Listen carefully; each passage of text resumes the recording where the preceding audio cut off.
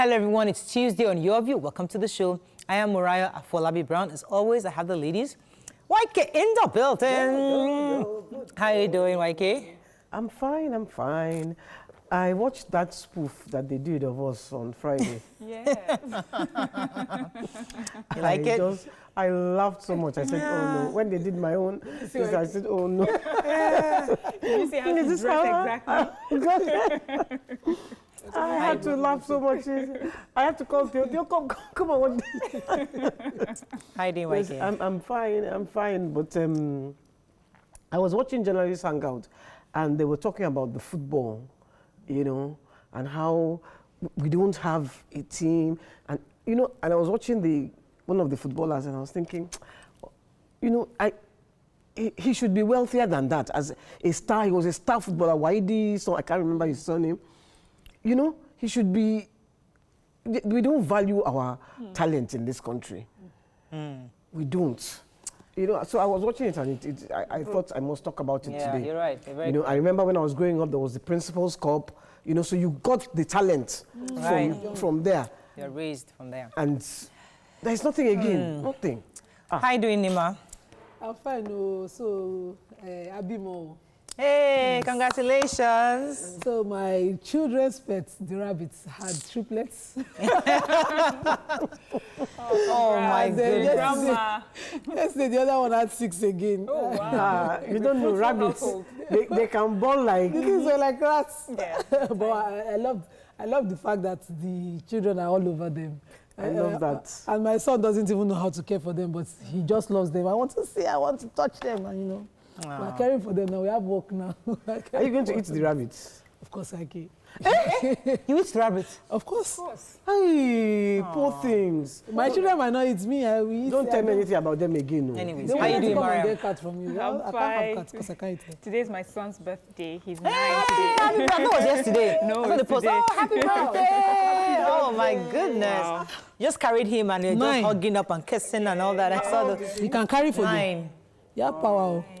Oh, You know what? I don't know why for me, every time, I don't, like 6 years, 9 years, it touches me more. I mean, I feel it more than when it's like 5 or 10. I don't know why, but those years just seem to, you know, get me. I'm like, wow, You're gradually getting to 9-year-old son. Well, guess what? Happy birthday. This is his last single-digit birthday. Yes. From So next it's time, Yeah. it's 10. 2 digits. Yeah, so That's I it. posted that video where I'm hugging him, and that really was hug him? months. Yeah, that was months ago. But I just remember while I was carrying him, it was so tall. I'm like, in a few years, Wow. I will not You be can't able do to this, do this and yeah. enjoy him like this. Yeah. Oh. Today is Veronica's birthday. Yes. Happy birthday, Yes. Veronica Onuchi. She's a news anchor, and sometimes she helps host Your View when I'm not around. Happy birthday to her. Yeah, happy birthday, Many more Veronica. years. God bless you. Did you hear what Nima just said? What did she say? She said we are birthday mates. No, I said they are birthday mates. My Happy son birthday, and Pharaoh. Veronica. It's not me. birthday Okay. You know. Not the now. rabbits. Not the rabbits. I thought you were the rabbits. I want to say, Veronica, please beat her after the show. But they are birthday mates now. They are actually. I'm being told that Rabbits, we have the producer, the head of programs, I think, Mr. Kingsley. His birthday his as birthday well. today, so Happy happy birthday to birthday. Mr. Kingsley. So many many more years birthdays. to you. God bless you. He's a pastor. And you didn't celebrate for And him. he's I hope you do something. the kind of person that will call you to pray for you when God reveals to him. So he's a good guy. Happy birthday to him. Let's go on a break. It's Tuesday. When we come back, we'll go through the front pages of the papers. Stay with us. We'll be right back.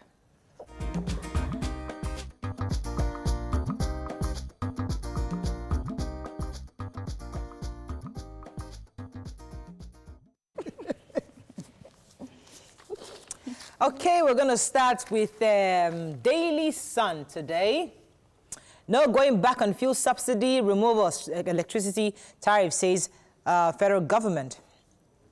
Afenifere rejects constitution review. 20 families trapped, 7 buildings affected in Imo landslide. Edo Guba, I'll accept defeat if I lose, says Obaseki. Visits the Inspector General of Police. And then probe, Magus 6, Malami's summon, says AGF's key witness before panel. Okay, let's start with Afenifere for a second. Yeah, so Afenifere is saying that they've once again received another invitation for constitutional review. So they get this every 4 years, and they're saying, see, as far as we're concerned, this has just become routine. Nothing really comes out of it. And we suggest and recommend that you just stick to the Confab 2014 and go with it, because obviously we have just made this invitation a routine. We sit down, we talk, and nothing is done from it. And you know, this is also on the back of the Elders, Northern Elders Forum. Northern Elders Forum to agree with this. So right. Yeah, I wanted to talk about the landslide in Imo State. You know, they woke up and after rain and they found that they had been trapped. Yeah. About 20 families and 7 buildings. Wow. And they couldn't, only the father of one of the families could climb out through a ladder. The rest are still there. You know, so he's begging the government, come and help us. You know, so I thought it was important we mentioned Taking it. the story, I was shocked. So at the time this happened in Akukuma, local government in Imo State. In Imo State. It's sad Trinity because Street. it's recurrent. It's recurrent. Every time when there's the rain, we have landslides between Imo. And I think this problem should not defy government. That's I was why going to we talk have about central the Edo. The Oba stepped in, and I'm happy that both parties, both candidates seem to be respecting the agreements that has reached at the palace, and both of them are saying, listen, don't go out and kill yourselves. If the other person wins, I'll step aside and I'll accept defeat. So I think for the first time we've seen an Oba take authority, and I think we should respect that, and I really appreciate both candidates. The Oba of Benin. That Oba, It's not one of those ones that they will be saying hello to governor. This one, the governors come and say hello to him. So he doesn't go and greet governor. Governor comes to him. I respect that guy. I was explaining to Morale the difference in upbringing. So he is not just picked by the oracle. He's born into royalty. So the crown prince from birth is raised for that post. It's different. I don't know why I feel like from we're this one talking that about something else right now. Why are you doing that to me? I feel like you are talking about something else. You know, moving on to the punch. Last time they said somebody's bomb happened in somebody's house. Please, I don't want. Moving on to the punch, please. ASU, TUC tackle FG on refineries. Buhari says subsidy dangerous. Blue-eyed lady, governor's wives hand over new accommodation to couple. Contacts by. Food scarcity prevalent in Lagos, Kano Rivers, and Abuja. Of a bank robbery stole 24 AK-47 rifles during operation, says DPO. Federal government and the National Association of Resident Doctors resumed talks on Wednesday as doctors strike grounds hospitals. Over 5,000 Bureau de Change gets $51.8 million Forex sales resumption. Okay. Quickly. The blue-eyed lady. Let's start with the human interest. So the governor's wife in Kwara State has, through her own NGO, has secured a rented apartment, 2-bedroom rented apartment for this couple in a choice area in Ilorin. And they had a nikah for them, like a renewal of vows for them. Cute. That the Sulu Gambari himself, the royal father, the Emir of Ilorin, sat over. You know, he was represented, though. He didn't come himself. He was represented. And the Afar was saying, see, now you have an Emir conduct nikah for you, so work at your marriage, you know, all the issues properly settled. They also they are getting a shop for her to start her business. Hopefully. And I'm looking at, you know, hoping that shop can pay the rent in continuation. That was what I was going to talk about, because I hope they can sustain the rent. Because they got the house for them in a nice area, in the choice area in Ilorin, and I think, It's still Ilorin, it's not Lagos. Okay, major headline, ASU concerning the subsidy. So, well, our president is saying that, see, the era of subsidizing petrol is gone. As far as it's concerned, his regime would not go back to subsidizing petrol anymore.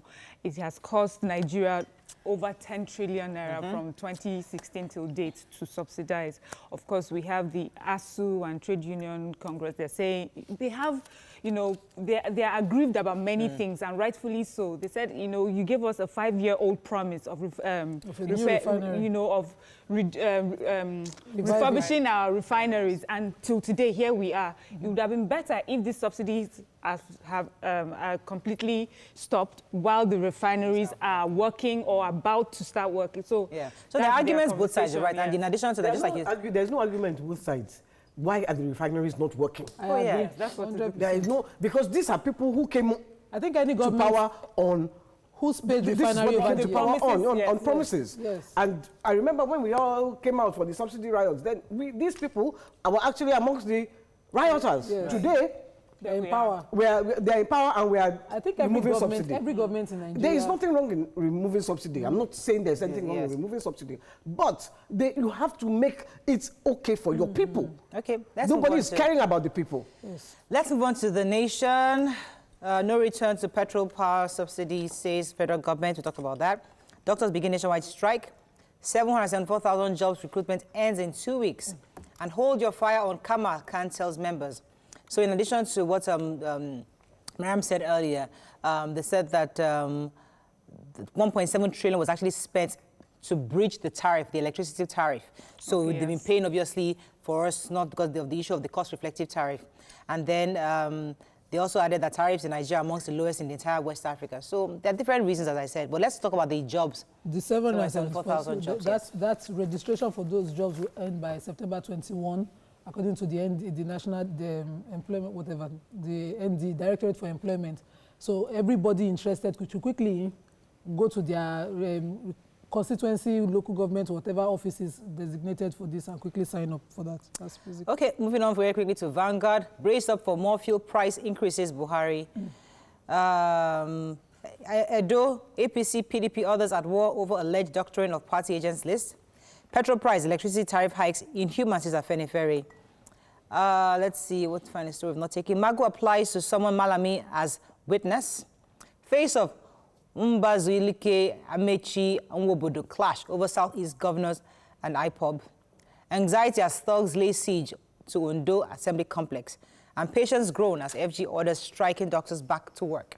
So I wanted to quickly, the major headline. President, while represented by the Vice President, was just explaining further the reasons for the increments across board. So for petroleum, we can't sustain subsidy. We can't subsidize electricity as well, because, you know, this has been subsidized over the years. They know that Nigerians are complaining about the poor quality of service from discos, and so they've allowed the discos to do a cost-reflective arrangement where they give over 12 hours of light. It will be nice to pay for it. And also they've ordered immediate metering so that people that are not under the meter, prepaid and all that will be covered. And finally, that revenue has also reduced 60% due to COVID-19. Because of the, you know, the deregulation of the petroleum sector. Now, once crude is expensive or is depending on the price of it internationally, that's how the price will float. And they will then ensure that they don't, that the marketers don't arbitrarily increase the prices. That's why they have the PPR rate to ensure that it's done within reason. Okay, moving on to the no lights. Moving on to the Nigerian Tribune. Let's find a story we've not taken. Of a robbery, suspected armed robbers carted away with 21 AK-47 rifles. Kama, activate legislative judicial process if aggrieved NIRS tells Nigerians. Don't postpone Edo poll, PDP tells INEC. And as resident doctors begin strike, FG says 6 of 8 demands have been met.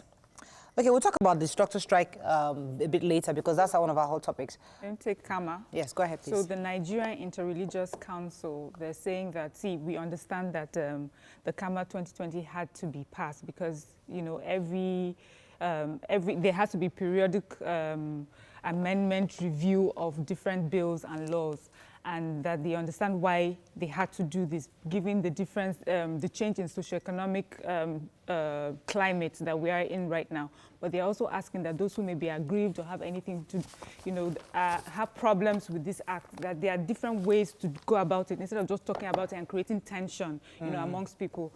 Pretty much go to court. Go to court, follow the legislative and judicial process of airing your grievances. I'm just happy that the offer robbery, they're still under prosecution and, you know, evidence was given again.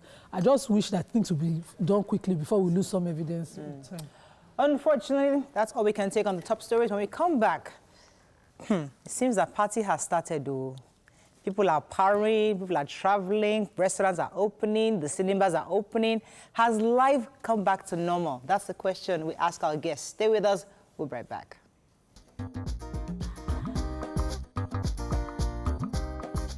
Stay tuned. Your View will be right back.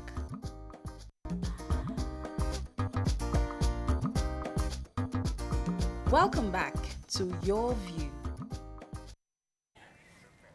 Thanks for staying with us. So gradually, things seem to be coming back to normal as there is now a fall in the numbers of coronavirus cases all over the country.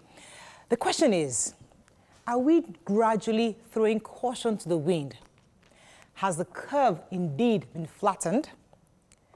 Can we go back to our Owambes, cinemas, party? Because there were a few housewarming over the weekend. Somebody, a big celebrity, had a housewarming over the weekend, and people were there, no face masks, people danced, there was a party in Ogun State, there was a coronation over the weekend. I didn't get an invite, I was angry, but at least party has started. So joining us now to get better explanation and even understanding of the status of things concerning COVID-19 is the public health expert, Dr. Femi Ogunremi. Good morning, Doc. Are you there? I'm here. Good morning. Good morning. Thanks for joining us. We really appreciate you being here. So, as I said in my intro, life seems to be going back to normal. We've seen parties, cinemas are open, shrine has opened, they're not making rice. You know, things are happening, but there's little emphasis on face masks when you enter parties. In your view, has life really gone back to normal, or people are just simply throwing caution to the wind? Well, I think for some reason in Nigeria, we've been lucky, maybe a lot of African countries as well. And I know that, the number seems to be declining from the statistics that we have. In the real sense of it, coronavirus is still here. It's still here with us. And I think it's really important for the public and, for us as a nation, as people, to know that whatever we do, actually, we bring a result. And that result, we want the best results, not the one that would be detrimental.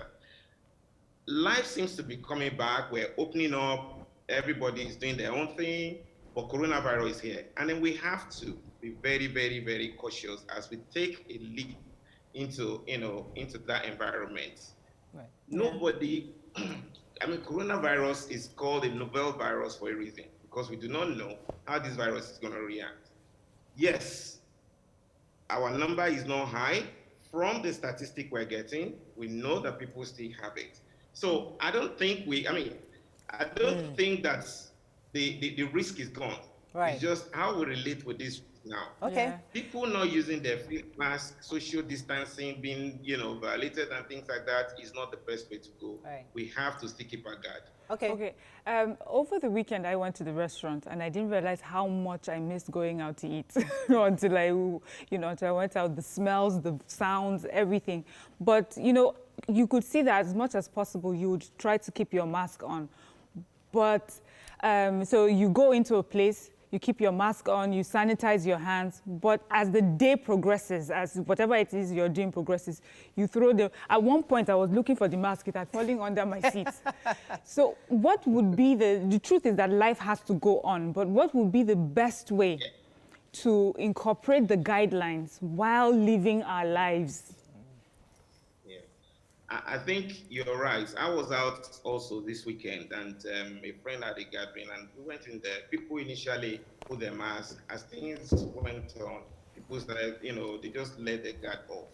It's not the best way. I think what we need to do is to be cautious, like I said, as we relate with this virus, because it's the virus we're relating with. And then we need to start matching things as we progress with the statistics, and know that statistics in Nigeria is a bit of an issue.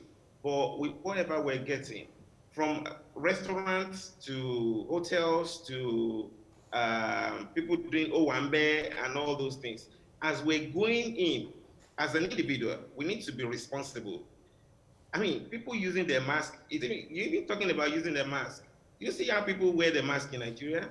You see people putting their mask like this. It will only cover their mouth and not their nose. Public health enlightenment, we need to do quite a lot of this. We need to get people to understand there is a threat to our population. We have a large population, and we know that the way the virus has been relating with us is different from the way we've seen in other parts. And possibly because of our demography in terms of population, we have people who are younger age group compared to other places. There are so many things, but it doesn't mean that these people can't catch it and give it to the older ones. And these people that are going for Owambe and things like that are people that will have maybe old people at home as well. So we might see the number going up. So we just need to be sensible. We need to be responsible as a nation, as a people, considering others as we do things as well. Dr. Femi, Social distancing.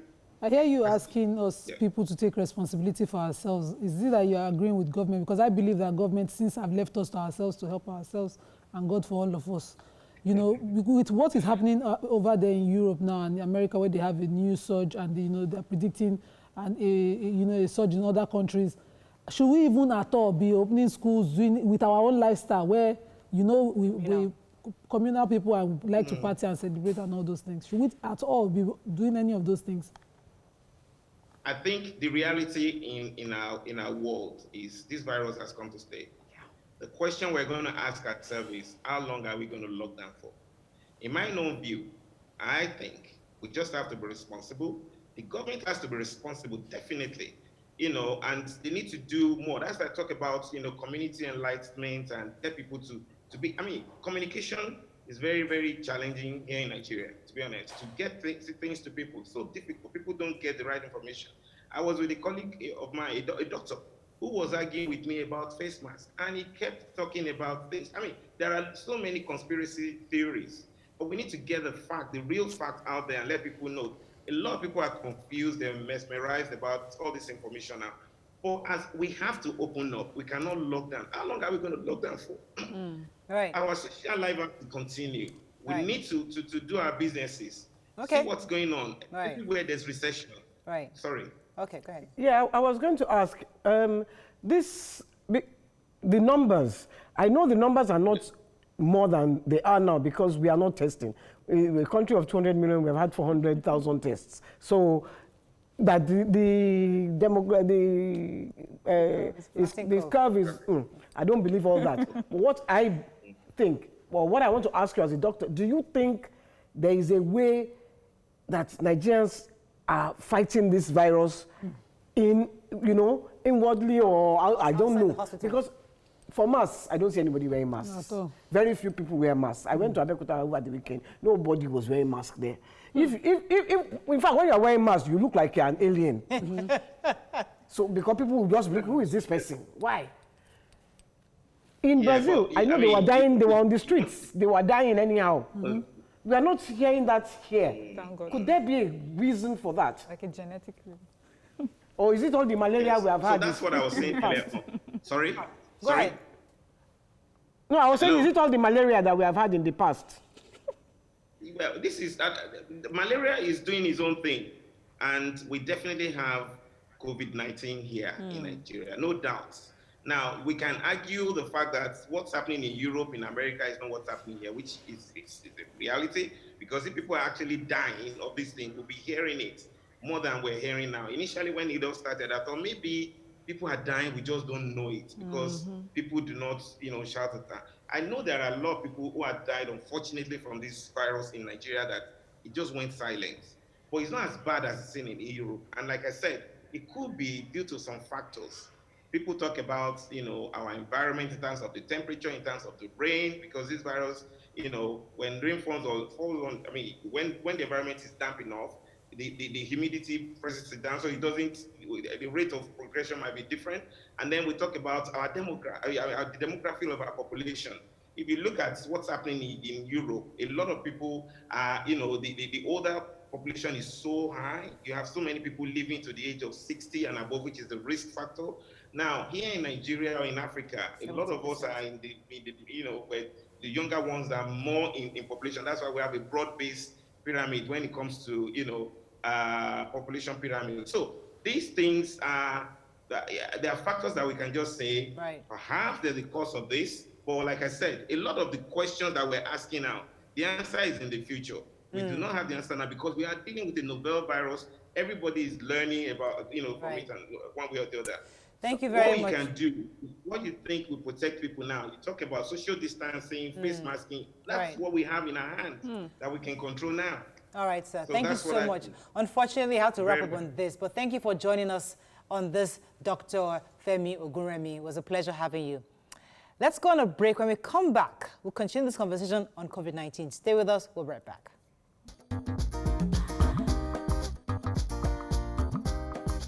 Stay tuned. Your View will be right back. Welcome back to Your View. Thanks for staying with us. So before we spoke to Dr. Ogunremi, who was telling us that we had to find a way to live with this virus. It's not going anywhere.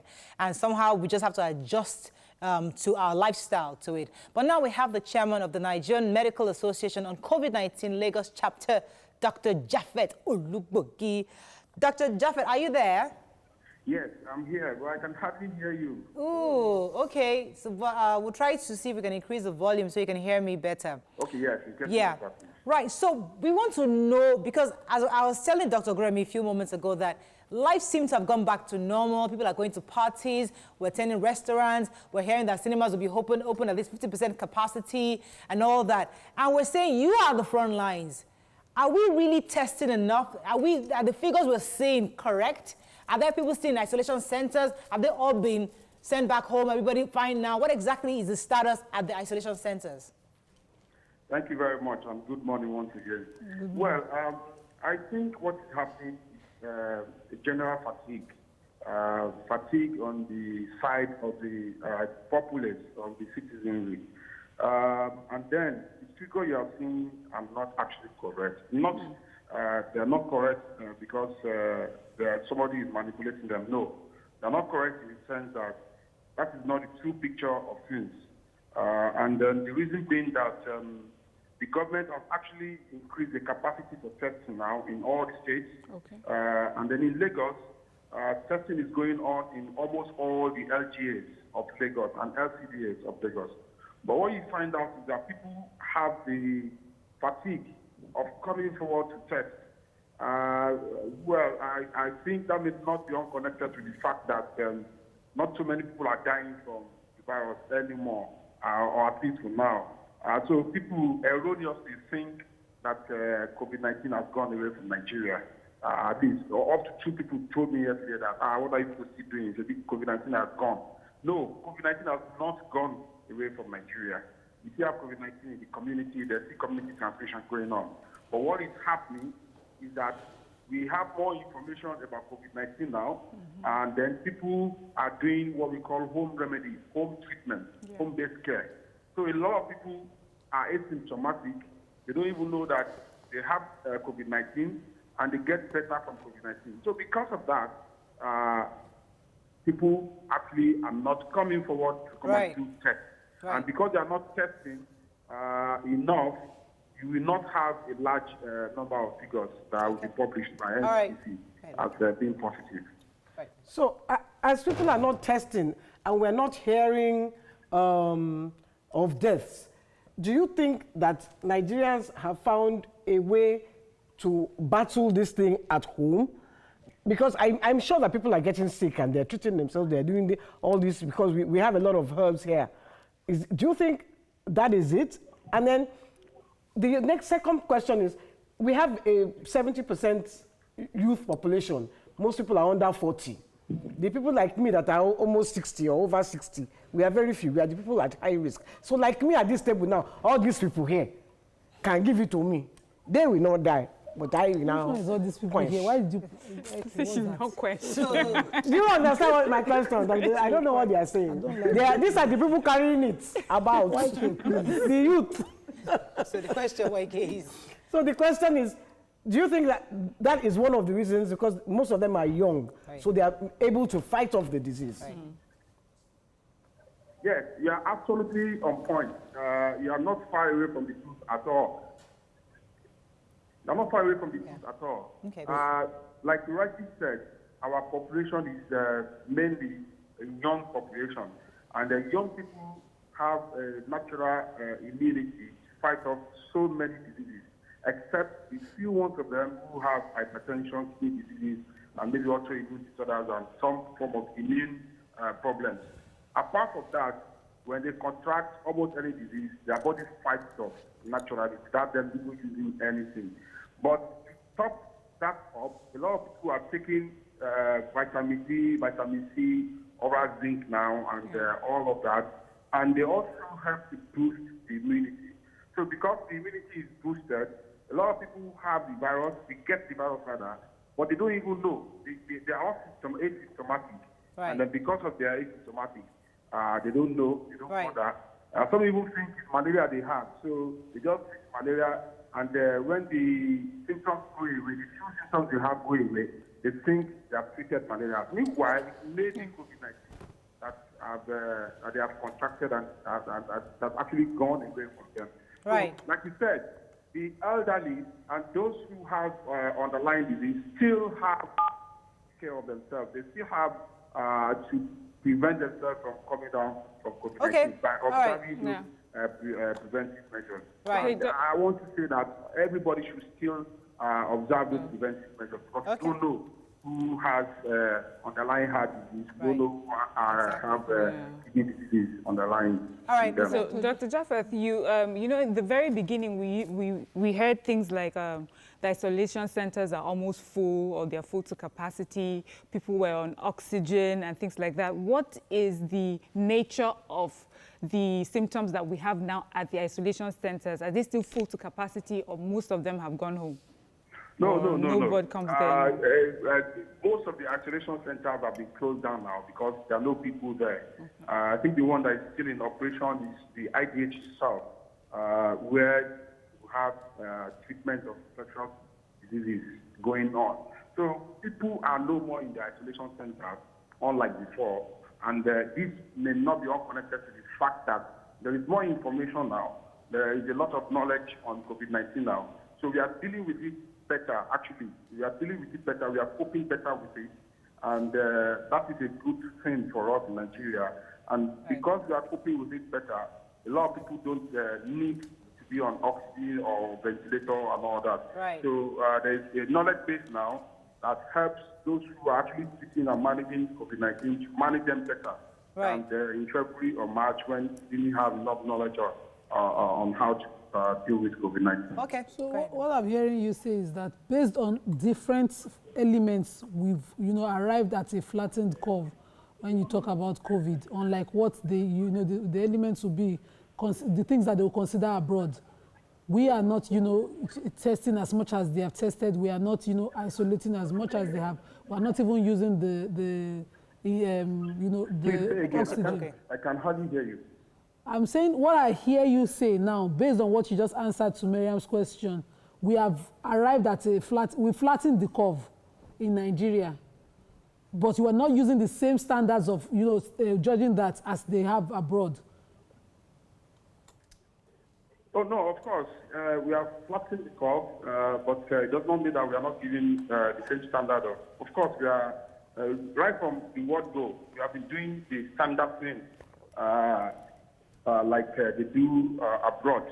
The only thing is that we have a peculiarity in our country, and that peculiarity had to do with people not believing that there's COVID-19, not complying with officials, not running away from isolation centers, running away from people who want to pick them up, people not complying with safety preventive measures. So those are the peculiarities. Apart from that, the government has been trying to at least emulate what they do abroad and even diversify and model it to our own culture, to our own environment and standards that we can actually, that can be obtainable in our own country. Okay. Now, I was going to say this. Let me tell you what my worry is, Dr. Japhet. My worry is the fact that it seems that we don't have a standardized treatment for this. Let me tell you why I feel that way, because people are treating themselves at home. Wouldn't it have been nicer if the government comes out with a certain recipe of what you can use, so people can actually, let us confront this thing with something that is formal from the government. So, for example, we're hearing garlic, we're hearing ginger, we're hearing lemon, we're hearing lemongrass, we're hearing all sorts of things. People are doing all sorts of remedies. We would have liked for the government to say, you know what, this is what you can use, and it can actually help you. So it's standardized, and there's no people just guessing and drinking all sorts of at home. So we have people who are getting well at home. Can't the government come up with something, a recipe for people to use, at least so that we know that we've indeed flattened this curve? Well, it's hard for government to come out and say people should use this and use that in their homes, because there are drugs that are over-the-counter drugs, and there are drugs that are not expected to be sold without prescription. So there are some of the drugs that are used to fight COVID-19 are very expensive and hard to get. I'm talking about what government is actually using to treat people in isolation centers. So it may be difficult for government to come out and say people should go and get those drugs because, number one, there are drugs that have side effects. There are drugs that you may not be able to predict how they deal with different people's bodies. Apart from that, they are expensive as well. So government cannot just come out and pronounce that people should go and get certain drugs. But I know that the Honorable Commissioner for Health in Lagos has often told people to take vitamin C and garlic and all that. And we know that these are established products or things that actually can boost the immune system of individuals. And I also know that on a number of occasions, we have also told people to use vitamin D. And oral are available in almost every pharmacy, and which people can easily have access to. So there are products there, there are things there that have been pronounced for people to use that can boost their immunity. I have to go on a break. When I come back, we're going to continue the conversation with you and then discuss the issue of the doctor's strike. Your colleagues are going on strike. Stay with us. We'll be right back.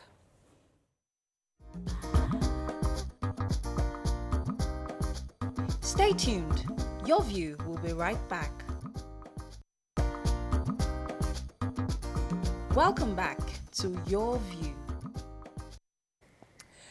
Thanks for staying with us. So we're still on this issue of doctors, and we have with us Dr. Japhet. Still, as different countries of the world struggle to contain the virus, doctors in our own country reportedly on Monday announced they were proceeding on an indefinite strike.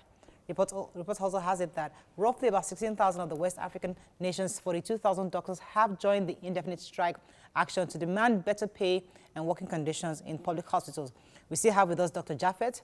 Dr. Japhet, are you still there? Dr. Japhet, the chairman of Nigerian Association on Covid-19 Lagos Chapter. Are you still there, Dr. Japhet?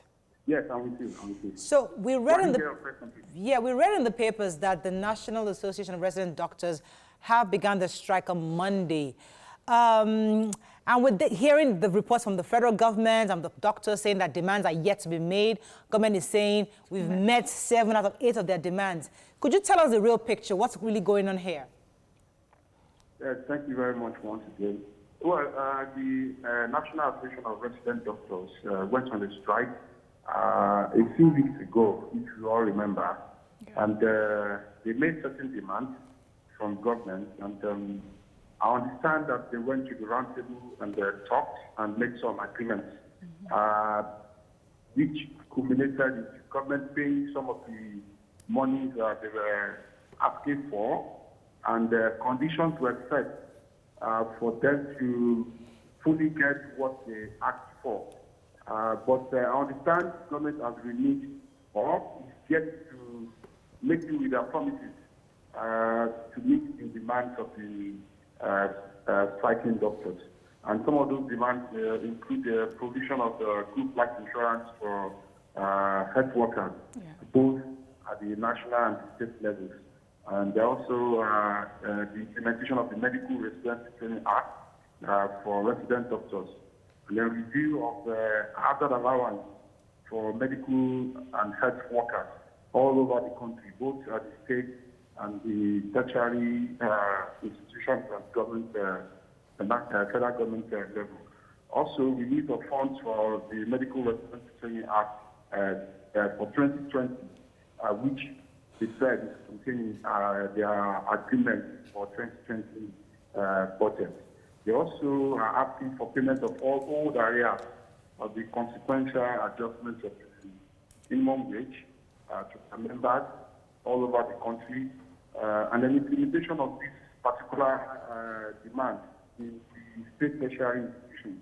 Now, I think what has been the practice is that when they reach agreements like this for some review of salary or other allowance and all that, the federal government institutions, tertiary institutions, implement some of these agreements, while the state always promise to implement them, but they never do implement them fully.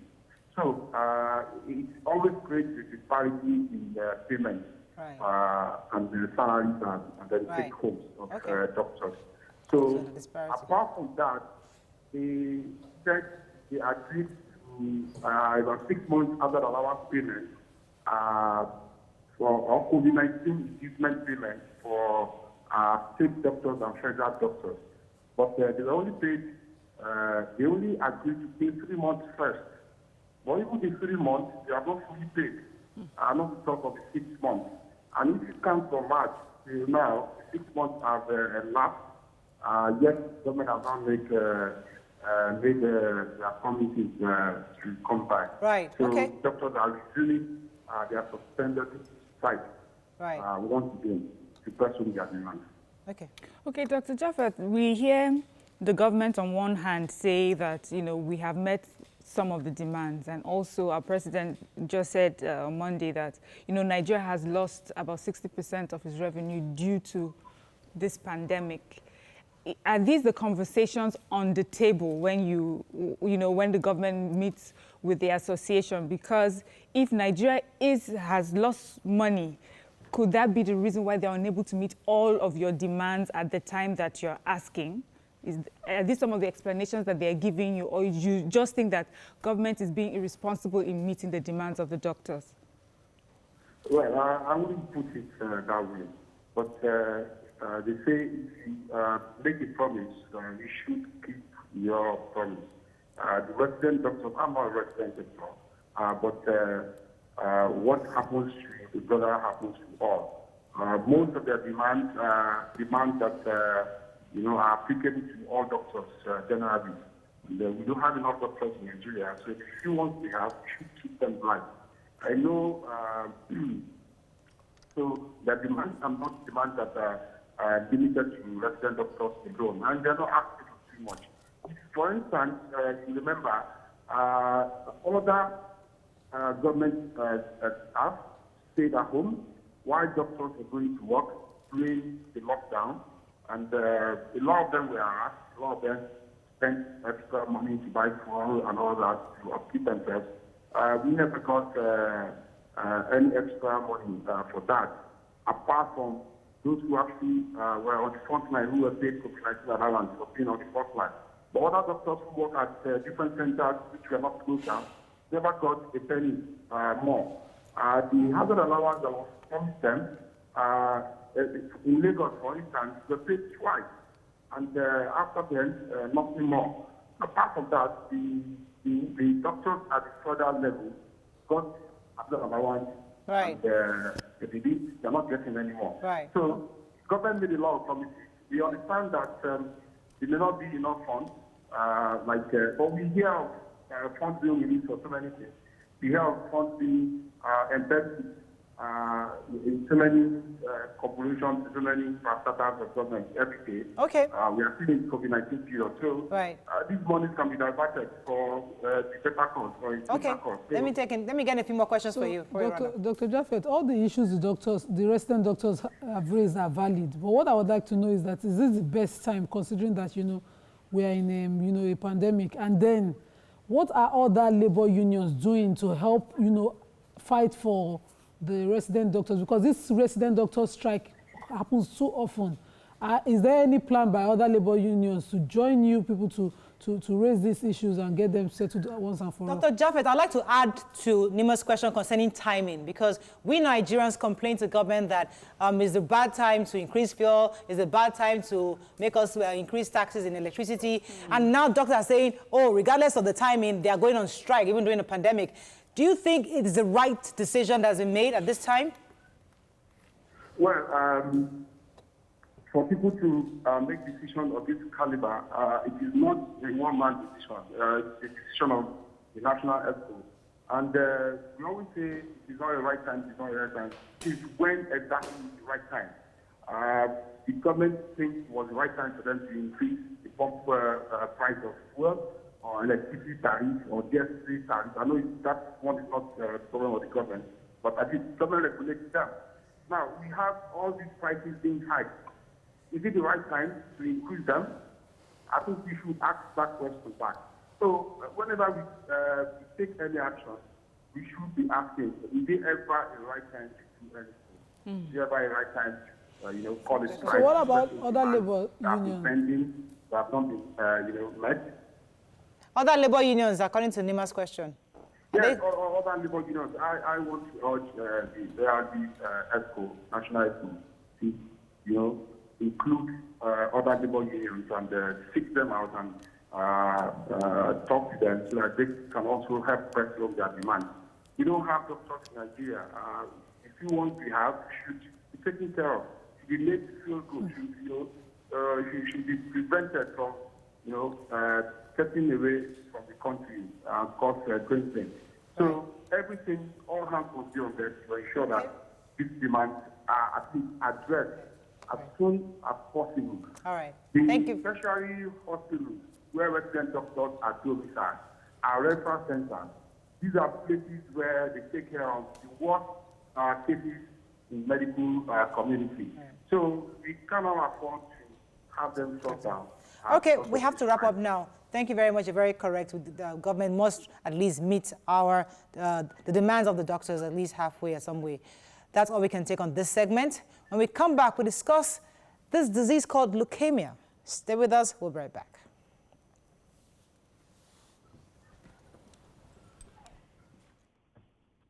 Your View will be right back.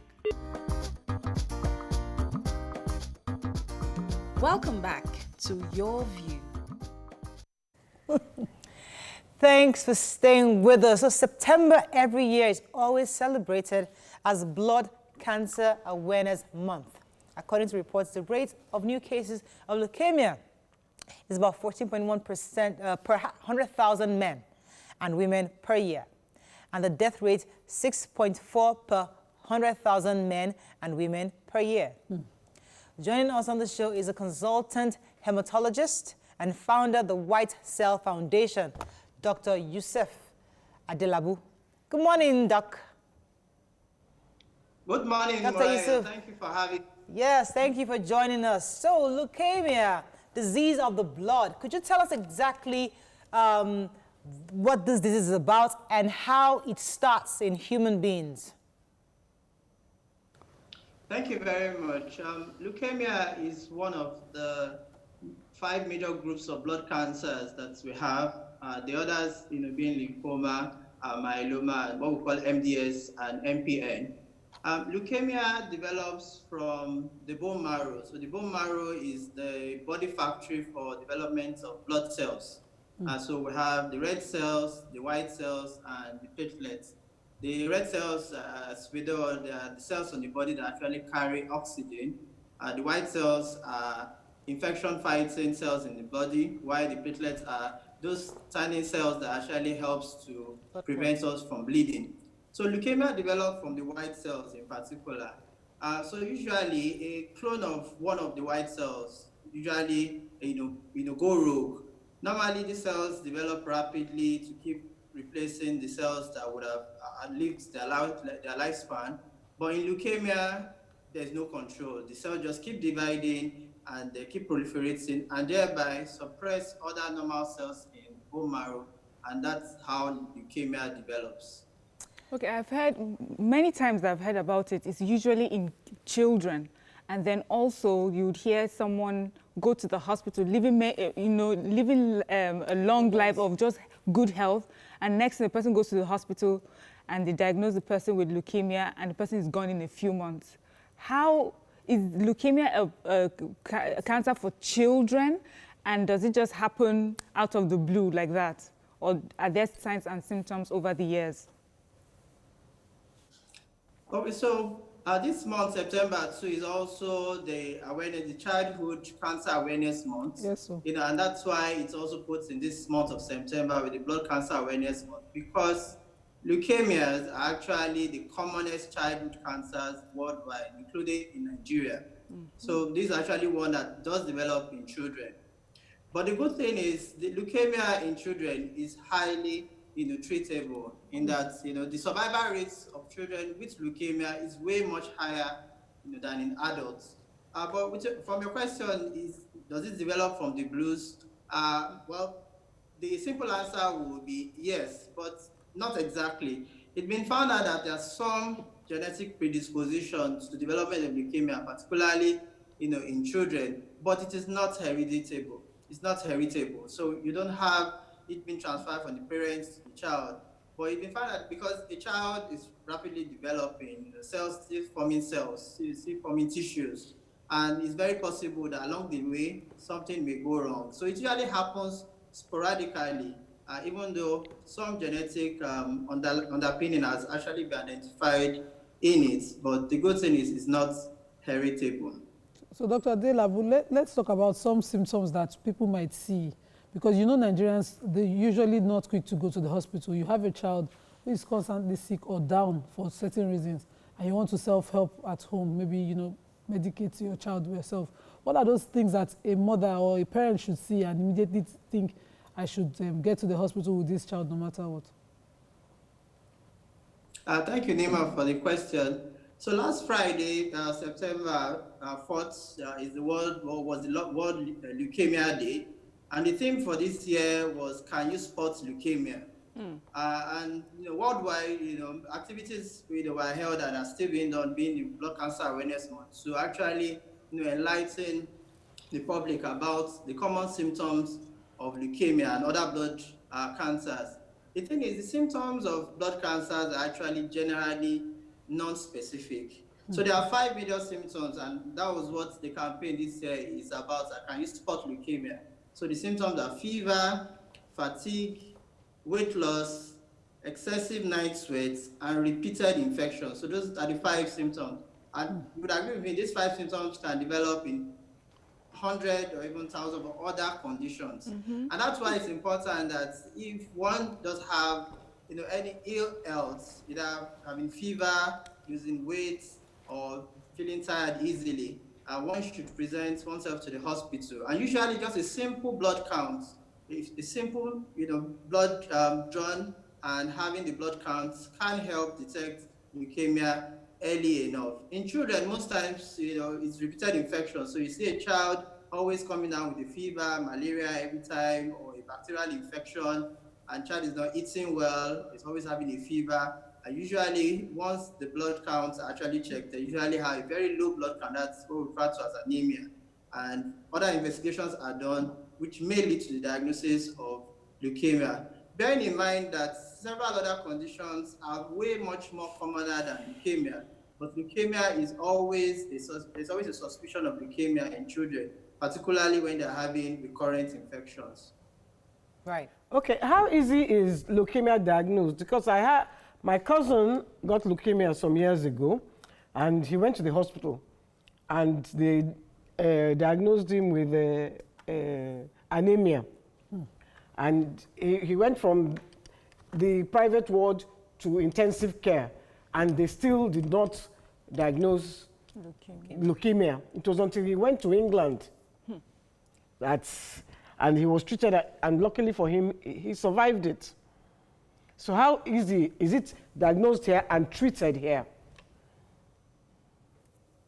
Yes, leukemia can actually be diagnosed and treated here.